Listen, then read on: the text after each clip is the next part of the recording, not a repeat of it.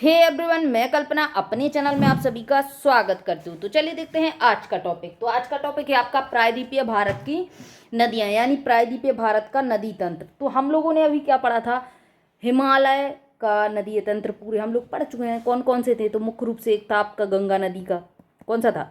गंगा नदी का। फिर दूसरा था आपका ब्रह्मपुत्र नदी का, है ना। और तीसरे नंबर पर था आपका इंडस या फिर सिंधु नदी का। तो तीनों तंत्र बड़े बड़े हम लोग पढ़ चुके हैं। अब बात आती है प्रायद्वीपीय भारत तंत्र की। तो चलिए देखते हैं कि प्रायद्वीपीय भारत नदीय तंत्र में क्या चीज़ें हैं। तो सबसे पहले आप लोग समझ लीजिएगा कि हमारे भारत का जो निचला हिस्सा है, यानी जो हम दक्षिणी भारत की बात करते हैं, तो कुछ इस प्रकार से बना हुआ है, यानी त्रिभुजाकार आकार का है। ठीक है, कैसे आकार का है? त्रिभुजाकार आकार का है ना। तो पूर्वी घाट इस प्रकार से कुछ है और एक आपका पश्चिमी घाट इस प्रकार से है। तो कुछ नदियाँ पहाड़ियों से जो निकलती हैं, पश्चिमी घाट से नदियाँ निकलती हैं। ठीक है, महानदी, गोदावरी, कृष्णा, कावेरी, यहाँ पे आपकी स्वर्ण रेखा नदी रहेगी, है ना। तो दो पार्ट में इसको डिवाइड किया हुआ है। एक तो कुछ नदियाँ तो जाएंगी आपकी पूर्वी साइड, कहाँ जाएंगी? पूर्वी तरफ बहेंगी, पूर्व की तरफ जाके गिरेंगी, यानी कहाँ? बंगाल की खाड़ी में गिरेंगी।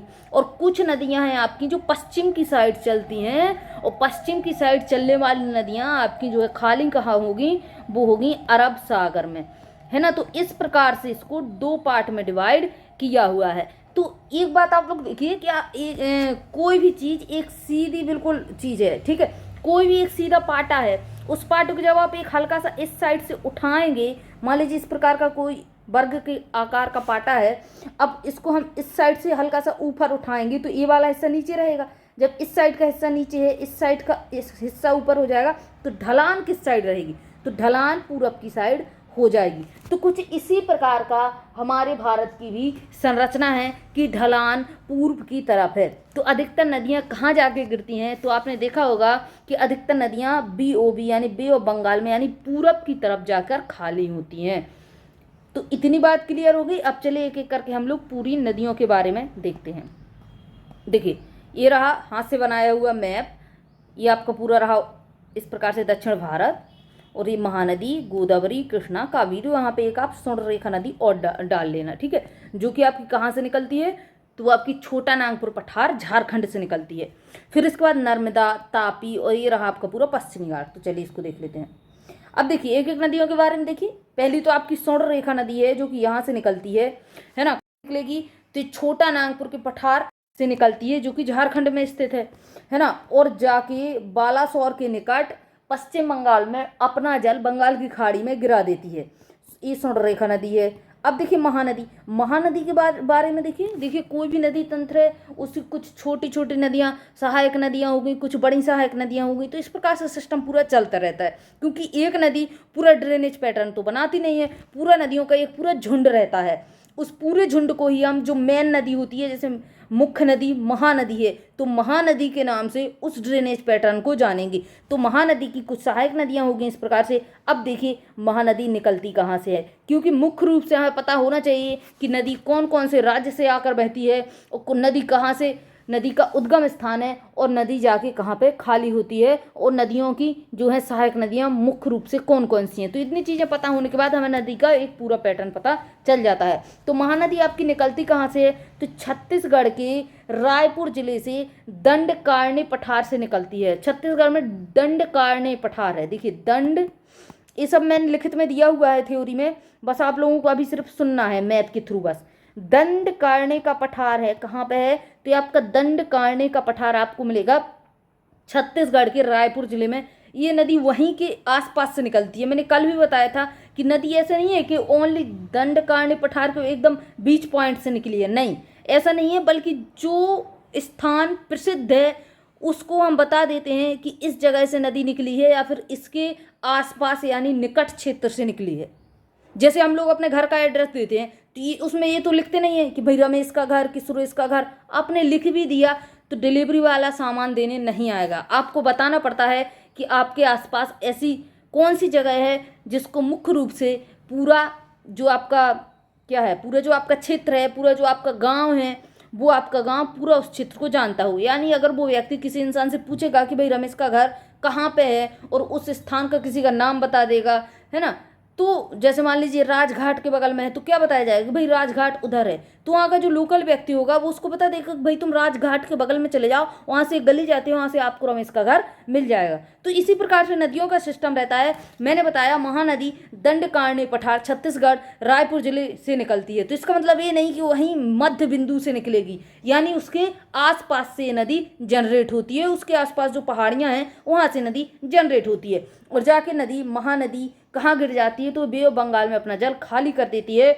और महानदी पे जो उड़ीसा में मुख्य रूप से जो झील बनती है उसका नाम चिल्का झील है, और चिल्का झील एग्जाम में बहुत बार पूछी जाती है कि किस राज्य में है और किस नदी के आसपास में बनती है, किस नदी के मुहाने पर बनती है। तो इतना समझ में आ गया होगा महानदी। अब देखिए गोदावरी, गोदावरी के बारे में देखिए, ये नदी आपका दक्षिण भारत का सबसे बड़ा ड्रेनेज पैटर्न है, यानी इस नदी की तुलना गंगा नदी से की जाती है, क्योंकि उत्तर भारत में सबसे बड़ा नदीय पैटर्न आपका कौन सा है तो वो मिलता है आपको गंगा नदी का पैटर्न। तो ये आपका नदी का नाम क्या है, गोदावरी। अब देखिए गोदावरी निकलती कहाँ है, जाती कहाँ है, इसकी कुछ सहायक नदियाँ तो देखिए निकलेगी कहाँ से। गोदावरी महाराष्ट्र के नासिक जिले से त्र्यंबकम पठार से निकलती है। कहाँ से, त्र्यंबकम पठार से, महाराष्ट्र के नासिक जिले के त्र्यंबकम पठार से निकलती है और जाके अपना जल बे ऑफ बंगाल में खाली कर देती है। बस सीधी सी बात है। इसके बाद मैंने जो भी पॉइंट है वो आपके लिखे हुए हैं। अब देखिए कृष्णा नदी, कृष्णा नदी की अगर आप बात करते हैं तो बताइए कहाँ से निकलेगी, तो ये भी आपकी कहाँ से निकलती है तो महाराष्ट्र से, लेकिन एक प्रसिद्ध जगह है महाबलेश्वर। महाराष्ट्र में बहुत प्रसिद्ध जगह है महाबलेश्वर, तो महाबलेश्वर के आसपास से नदी निकलती है, कौन सी, कृष्णा नदी। अब देखिए अगर आप कावेरी की बात करते हैं तो कावेरी आपकी काफ़ी छोटी नदी है, क्योंकि आपको दिख रहा होगा कि जैसे जैसे हम भारत में नीचे की साइड जाते हैं तो इस त्रिभुज का आकार कैसा छोटा होता जाता है ना। तो अगर ऊपर की साइड आपका ड्रेनेज पैटर्न रहेगा तो वो और ज़्यादा फैलाव वाला रहेगा, लेकिन जब आप बिल्कुल से नीचे की साइड जाएंगे तो वही ड्रेनेज पैटर्न आपका छोटे से छोटा हो जाएगा। तो कावेरी नदी की जो लंबाई है वो 800 किलोमीटर के आसपास है। 800 किलोमीटर के हिसाब से देखेंगे आपकी यहाँ से नदी निकली, कहाँ से निकली, तो ये आपकी दो नदियाँ तो महाराष्ट्र से निकल गई। कहाँ से, दो नदियाँ तो आपकी महाराष्ट्र से निकली है ना, और एक नदी आपकी कहाँ से निकली, छत्तीसगढ़ से। लेकिन अगर आप कावेरी की बात करेंगे तो 800 किलोमीटर की दूरी ये कहाँ से स्टार्ट करती है तो कर्नाटक के ब्रह्मगिरी की पहाड़ियों से अपनी दूरी स्टार्ट करती है और स्टार्ट करके बे ऑफ बंगाल में अपना जल खाली कर देती है। तो इस ऑर्डर को याद रखिएगा, महानदी, गोदावरी, कृष्णा, कावेरी, क्योंकि इस ऑर्डर से आगे और चीज़ें डिवाइड होती हैं जिसको हम आगे पढ़ेंगे, है ना। इसके अलावा स्वर्णरेखा नदी मैंने आपको इधर बता दिया, इतना सब हो गया। अब देखिए इसको क्लियर करके आगे देखते हैं कि पश्चिमी घाट, ये तो रहा आपका पश्चिमी घाट, इस प्रकार से बना हुआ है। इधर मिल जाएगा आपको इस तरीके से पूर्वी घाट। अब देखिए कि नर्मदा और तापी, नर्मदा और तापी का सिस्टम देखिए, क्योंकि ये नदियाँ आपकी पश्चिम की साइड बहने वाली नदियों में से बहुत ज़्यादा प्रमुख नदियाँ हैं। तो इसका कलर देखिएगा, इसका कलर चलिए ये कर लेते हैं। तो देखिए इसको नर्मदा और तापी, माही, लूनी, शरावती, तीन नदी और हैं जो आपकी पश्चिम की तरफ जाती हैं। तो माही, लूनी, शरावती। लूनी नदी आपको राजस्थान में देखने को मिलेगी जो कि अरावली रेंज से निकलती है। शरावती नदी आपको कर्नाटक में देखने को मिलेगी जिस पर जोग जलप्रपात बना हुआ है जो कि भारत का सबसे ऊंचा जलप्रपात है ना। अब देखिए बिंद, अब बिंद नदी को देखिए बहुत इंपॉर्टेंट है, सॉरी बिंद नदी नहीं, नर्मदा नदी। तो बिंद की पहाड़ी इधर मिलेंगी, सतपुड़ा की पहाड़ियाँ इधर मिलेंगी, और जो नर्मदा और तापी हैं ये दोनों नदियाँ भ्रंश घाटी से होकर बहती हैं। एग्जाम में पूछा जाता है कि जो नर्मदा नदी है वो कौन सी पहाड़ियों की भ्रंश घाटियों से होकर बहती है, तो ये आपका ऑर्डर पूछा जाता है कि बिंद, नर्मदा, सतपुड़ा, तापी, इस प्रकार से लगाने के लिए आपका ऑर्डर आता है। पहले आपको बिंद मिलेगा, फिर आपको नर्मदा नदी बहती हुई मिलेगी क्योंकि भ्रंश घाटी से बहती है। मान लीजिए ये रहा पर्वत, इस प्रकार से समझिएगा इसको। अब मान लीजिए ये रही पहाड़ी आपकी किस चीज़ की, देखिए इसको कलर चेंज की समझिएगा इसको। ये रही पहाड़ी आपकी बिंद की, ये रही पहाड़ी आपकी सतपुड़ा की। तो यहाँ से नदी तो निकल जाएगी ना, इस बीच जगह से नदी इस प्रकार से बहती हुई निकल सकती है ना। तो ये हो गया बिंद, ये हो गया सतपुड़ा, और बीच में से निकली हुई नदी क्या है, नर्मदा। और नर्मदा सतपुड़ा के जस्ट इस साइड कौन सी नदी बहेगी, तापी नदी। तो इस चीज़ को बहुत ध्यान से समझिएगा क्योंकि ये नदियां भ्रंश घाटी से बहने वाली नदियां हैं, बाकी और नदियां भ्रंश घाटी से नहीं बहती हैं। तो एग्जाम में पूछा जाता है कि भारत में कौन सी नदियां हैं जो पश्चिम के साइड जाती हैं, या फिर भारत में वो कौन सी नदियां हैं जो कि भ्रंश घाटियों से होकर बहती हैं, तो वो आपकी नर्मदा और तापी हैं। और माही, लूनी, शरावती, तीन नदियां और हैं जो पश्चिम की साइड प्रमुख नदी मानी जाती हैं जो बहती हैं। तो देखिए, बिंद और सतपुड़ा के बीच में आपकी नर्मदा रहेगी और सतपुड़ा के इस साइड कौन सी रहेगी, तापी रहेगी। तो ये आपकी नदियाँ हो गई। अब चलिए इसकी थ्योरी एक एक कर करके देख लेते हैं। अब देखिए इधर पर ये मैप बना हुआ है, इस मैप को गौर कर लीजिए। देखिए इस मैप को देखिए ध्यान से। देखिए इधर पे ये दामोदर नदी, ये स्वर्णरेखा नदी मैंने आपको बता दिया, ये आपकी महानदी दिख रही है आपको। इधर से गोदावरी निकलेगी, इधर से महाराष्ट्र से गोदावरी कहाँ से निकलती है, तो गोदावरी त्र्यंबकम पठार, नासिक जिले, महाराष्ट्र से निकलती है। और बेनगंगा, पेनगंगा, इस प्रकार से इनकी कुछ सहायक नदियाँ हैं। महानदी गोदावरी अब निकलेगी आपकी इधर से। कृष्णा नदी इधर तक आएगी। गोदावरी के इधर पे आपको चिल्का झील मिलेगी। और इसके अलावा कावेरी ये रही, पेन्नार नदी मिलेगी आपको इधर पे, बेगई नदी मिल जाएगी। बहुत सारी नदियाँ मिलती हैं इधर पे। देखिए साबरमती नदी, लूनी नदी, तापी नदी, नर्मदा नदी, बेतवा, केन, सोन, चंबल, सारी नदियाँ इस प्रकार से मिल जाती हैं। तो ये कुछ आपका मैप रहा। चलिए आगे देख लेते हैं। आगे देखेंगे थ्योरी में। देखिए पूर्व की तरफ बहने वाली कुछ प्रमुख नदियाँ, तो पूर्व की तरफ बहने वाली कुछ प्रमुख नदियाँ आपकी हैं महानदी, गोदावरी, कृष्णा, कावेरी और स्वर्णरेखा पेन्नार नदी, जो मुख्य रूप से पूर्व की तरफ बहती हैं। पश्चिम की तरफ बहने वाली मुख्य नदियों में आती है माही, लूनी, शारावती और नर्मदा और तापी। तो ये मुख्य नदियां हैं। चलिए इसकी थ्योरी देखते हैं। पूर्व की तरफ बहने वाली नदियों का एक एक करके डिटेल देखिएगा। महानदी के बारे में, कौन सी नदी, महानदी, क्योंकि एक प्रमुख नदी है। इस नदी का उद्गम स्थान आपको मिलेगा छत्तीसगढ़ के रायपुर जिले के निकट दंडकारण्य पठार के आसपास से इसका उद्गम स्थान आपको मिलेगा। यह नदी 850 या फिर 851 किलोमीटर की लंबाई तय करती है। यह नदी भारत के छत्तीसगढ़ राज्य से निकलते हुए महाराष्ट्र से होते हुए उड़ीसा में अपना जल उड़ीसा के बाद बे ऑफ बंगाल में अपना जल खाली कर देती है ना। और देखिए यह अपना जल बंगाल की खाड़ी में खाली करती है। यह अपने मुहानी पर एक झील का निर्माण करती है उड़ीसा में, जो कि उड़ीसा में है। उसका नाम क्या रहेगा, तो वो झील आपकी चिल्का झील रहती है। इसकी सहायक नदियां पूछी नहीं जाती हैं, लेकिन हर नदी की हमें 2-4 सहायक नदियां पता होनी चाहिए। तो ब्राह्मणी और जावेदी इसकी सहायक नदियां हैं। बड़ा जा कर लीजिएगा, जावेदी है, जवेदी नहीं बल्कि जावेदी है। चलिए इसको आगे देखिएगा कि आगे क्या है। तो गोदावरी नदी के बारे में देखते हैं। महानदी के बारे में जो भी मुख्य पॉइंट थे मैंने बता दिए। अब देखिए गोदावरी के बारे में। इस नदी का उद्गम स्थान जो है महाराष्ट्र के नासिक जिले के त्र्यंबकम पठार से होता है। यह प्रायद्वीप भारत की सबसे बड़ी नदी है। ये प्रायद्वीप भारत का सबसे बड़ा नदीय तंत्र है गोदावरी। इसकी लंबाई 1465 किलोमीटर है। महानदी की कितनी थी, उसकी थी 850। तो बताइए आप, हो गया ना, 8 दूनी 16, लगभग 2 गुना है। भारत के महाराष्ट्र से निकलते हुए ये मध्य प्रदेश में बहती हुई छत्तीसगढ़ से निकल के तेलंगाना में जाके आंध्र प्रदेश में अपना जल खाली कर देती है।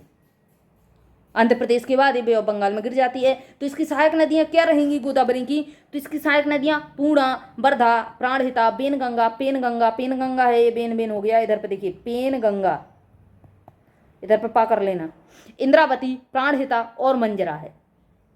मंजरा कहीं कहीं पे आपको मंजीरा लिखा मिलेगा। तो ये मंजरा जो है दाएं तरफ से मिलने वाली सहायक नदी है।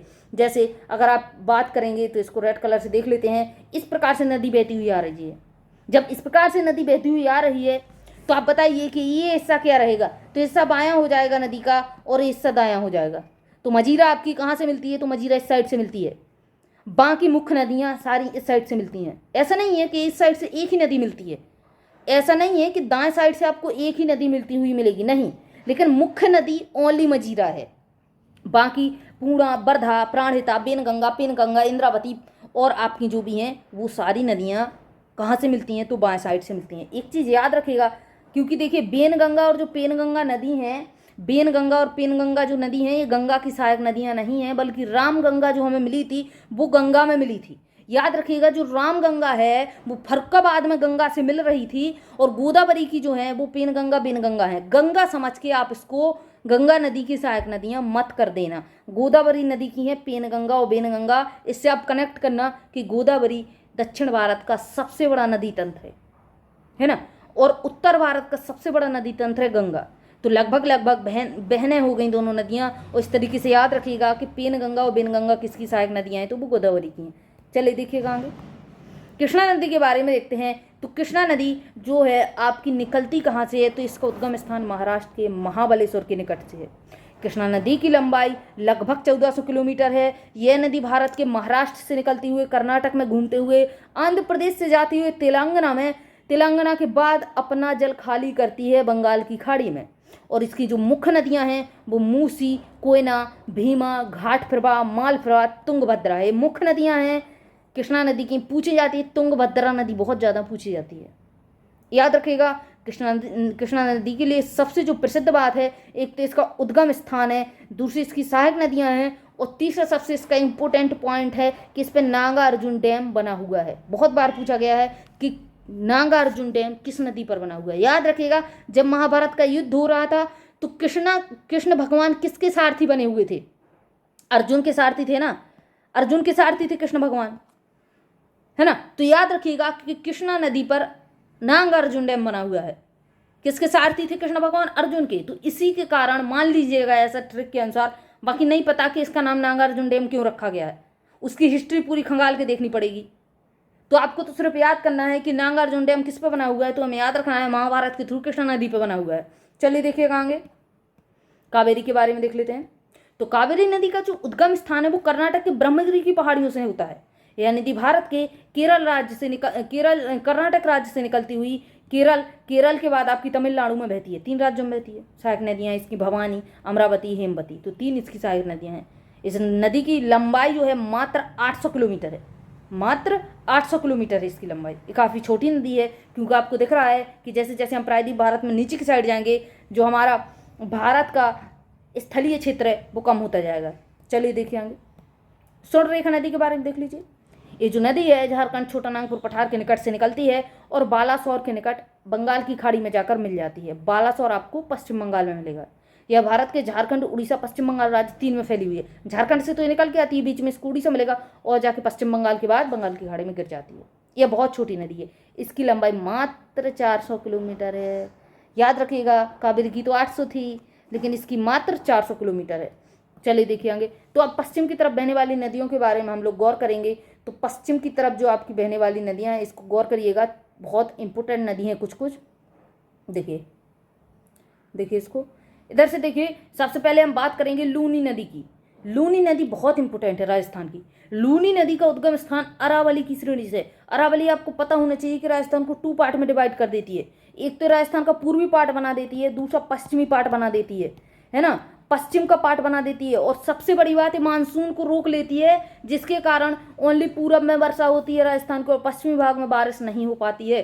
तो आपको पश्चिम भाग में राजस्थान के रेगिस्तान देखने को मिलेगा, जिसको हम थार का मरुस्थल कहते हैं। इतनी बात तो आपको पता होगी। और ये नदी क्या करती है, जब अरावली की पहाड़ियों से जनरेट होती है, निकलती है, तो ये अपना रास्ता कहाँ को चुनती है, तो ये रास्ता पश्चिम के साइड चुन लेती है। देखिए मैं इसको ग्रीन कलर से बताऊंगा आपको कि इस साइड नदी चली जाती है। और जब पता है आपको कि नदी इस साइड जा रही है, इस साइड, तो बारिश उसको मिलेगी नहीं, और ना ही उसकी कोई सहायक नदी मिलेगी। अकेली है, अकेली चलती जाएगी, कहाँ तक चलेगी? अकेला इंसान कहाँ तक चल पाता है? साथ तो उसको चाहिए किसी ना किसी का। तो अब क्या होगा, नदी चलते चलते दलदल भूमि में अपने आप को समाप्त कर लेती है। यानी नदी ना तो किसी की सहायक नदी है ना, और ना ही ये किसी, जैसे मान लीजिए अरब सागर या फिर पश्चिम बंगाल में जाके मिलती है। नदी चलती चलती खुद ही समाप्त हो जाती है। कहाँ तक चलती है, तो कच्छ की दलदल भूमि तक चलते चलते अपने आप समाप्त हो जाती है, क्योंकि इसमें पानी रहता ही नहीं है। बारिश के मौसम में इसमें पानी रहता है, लेकिन बारिश के मौसम के बाद इसमें पानी सूख जाता है। तो इतनी बात तो क्लियर हो गई होगी आपको। अब देखिए, लूनी नदी का उद्गम स्थान अरावली की पहाड़ियों से है। यह नदी ना तो बंगाल की खाड़ी में गिरती है और ना ही अरब सागर में गिरती है। दक्षिण की ओर कच्छ की दलदल भूमि में जाकर यह समाप्त हो जाती है। यह राजस्थान का सबसे बड़ा नदीय तंत्र है। अब आप पानी की स्थिति में राजस्थान की स्थिति देखिए कि लूनी नदी जो खुद में पूरी नहीं है, इतनी संपूर्ण नदी अल्पकालिक है। 12 महीने से पानी नहीं रहता है। और ये भी बात छोड़ दीजिए, ये तो किसी नदी का भाग भी नहीं बनती है जाके, फिर भी ये राजस्थान का सबसे बड़ा नदीय तंत्र है। देखिए इसको कि राजस्थान का सबसे बड़ा नदीय तंत्र है, यानी राजस्थान में पानी की कितनी किल्लत होती होगी। चलिए देखिए आगे। और पूरा पूर्वी राजस्थान को आप छोड़ देंगे तो पश्चिमी राजस्थान में तो पानी का इतना मुश्किल रहता है कि पीने के लिए भी नहीं मिलता है। देखिए नर्मदा नदी के बारे में देखिए। लूनी नदी हमने देख ली। नर्मदा नदी पश्चिम साइड बहती है। पश्चिम साइड नदियों में बहने वाली सबसे बड़ी नदी है। कहाँ से निकलती है, तो भाई ये मैकाल से निकलती है। मैकाल की अमरकंटक पठार से निकलती है। मैकाल के अमरकंटक पठार से निकलती है। तो अमरकंटक आपको मिलेगा एमपी में, मध्य प्रदेश में। याद रखिएगा इस चीज़ को। इस कलर चेंज कर लेते हैं इसको, चलिए देखिएगा। यह नदी बिंद और सतपुड़ा की भ्रंश घाटी से बीच से बहती है। हमारे भारत का भव्य जलप्रपात, बहुत बड़ा जलप्रपात है, धुआंधार जलप्रपात किस नदी पर बना हुआ है? तो जबलपुर मध्य प्रदेश जब आप जाएंगे तो आपको मिलेगा एक धुआंधार जलप्रपात, जो कि इसी नदी पर बना हुआ है। बहुत इंपॉर्टेंट है ये बात। यह नदी अपना जल अरब सागर में खाली कर देती है। बाकी चीज़ें तो मैंने आपको सारी बता दी हैं। इसके बगल में कौन सी नदी बहती है? तापी नदी बहती है, मध्य प्रदेश के बैतूल जिले से निकलती है। तापी नदी का उद्गम स्थान कहाँ है? तो मध्य प्रदेश का बैतूल जिला है। यह नदी सतपुड़ा के समांतर बहती है, अरब सागर में अपना जल खाली करती है। इस चीज़ को देखिए, बिंद, सतपुड़ा, यहाँ से निकलेगी नदी, बीच से निकलेगी नर्मदा। ये कौन सी नदी है? नर्मदा। अब ये सतपुड़ा है, कौन सा है? ये सतपुड़ा है। तो सतपुड़ा के जस्ट बगल से बहती हुई कौन जाएगी? तापी। तो इसके समांतर बहती है। ऑर्डर लगाने को आता है, ये बिंद है, पूरब उत्तर से दक्षिण या दक्षिण से उत्तर आप ऑर्डर लगाना आता है। तो देख, उत्तर से अगर आप दक्षिण को लगाएंगे तो पहले तो मिलेगा आपको बिंद, फिर मिलेगी 2 नंबर पे आपको नर्मदा, 3 नंबर पे मिलेगा आपको सतपुड़ा, 4 नंबर पे मिलेगी तापी। अब दक्षिण से उत्तर को आ जाए तो आप क्या लिखेंगे? तापी, सतपुड़ा, नर्मदा, बिंद। तो इस प्रकार से विंध्यन भी बोल देते हैं कहीं कहीं इसको, बिंद पर्वत। अब देखिए, यह नदी भारत के कौन कौन से राज्य से निकलती है? तो महाराष्ट्र, मध्य प्रदेश और गुजरात से बहती हुई जाती है। अब कुछ इंपोर्टेंट पॉइंट है नदियों के बारे में, इस चीज को देखिएगा। शरावती नदी, पश्चिम की साइड बहने वाली और एक नदी, कुछ ज़्यादा इंपोर्टेंट नहीं है लेकिन एक दो चीज़ें इसकी इंपोर्टेंट है। शरावती नदी कर्नाटक के शिमोगा जिले से निकलती है। इस चीज़ को याद रखिएगा कि कर्नाटक में बहती है और अरब सागर में गिरने से पहले एक जलप्रपात का निर्माण करती है। उस जो जलप्रपात का निर्माण करती है उसका नाम जोग या फिर उसको गरसोप्पा बोलते हैं। दोनों नाम है उसके, कन्फ्यूज मत होइएगा। जोग, गरसोप्पा एक ही जलप्रपात का नाम है, ठीक है। तो उस जलप्रपात को ये बनाती है शरावती नदी। पूछा जाता है जोग जलप्रपात किस नदी पे है और कहाँ है? तो कर्नाटक जिले में शरावती नदी पर है। और शरावती नदी का उद्गम स्थान शिमोगा है, जो कि भारत का सबसे ऊंचा जलप्रपात है, इसलिए इसको इतना इंपोर्टेंस दिया हुआ है। चलिए देखेंगे कि गोवा की कुछ प्रमुख नदियाँ। गोवा छोटा राज्य है तो नदी भी छोटी छोटी ही बहती होंगी ना, ज़्यादा दूर तो जाएंगी नहीं, क्योंकि गोवा की सीमा ही खत्म हो जाएगी तो दूसरे राज्य में चली जाएंगी। गोवा की प्रमुख नदियाँ कौन सी हैं? तो एक जुआरी है, एक मांडवी है ना। बहुत इंपोर्टेंट नदियाँ हैं। गोवा के नाम पे पूछे तो आपको सिर्फ 2 नदियाँ याद रखनी, एक तो जुआरी और दूसरी मांडवी। 1 नंबर जुआरी, दूसरे नंबर मांडवी।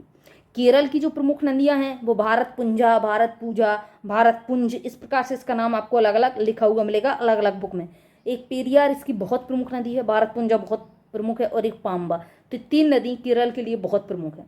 तमिलनाडु की बेगई नदी बहुत प्रमुख है, उड़ीसा की बैतरणी नदी। तो कुछ नदियाँ मैंने आपको बता दी हैं।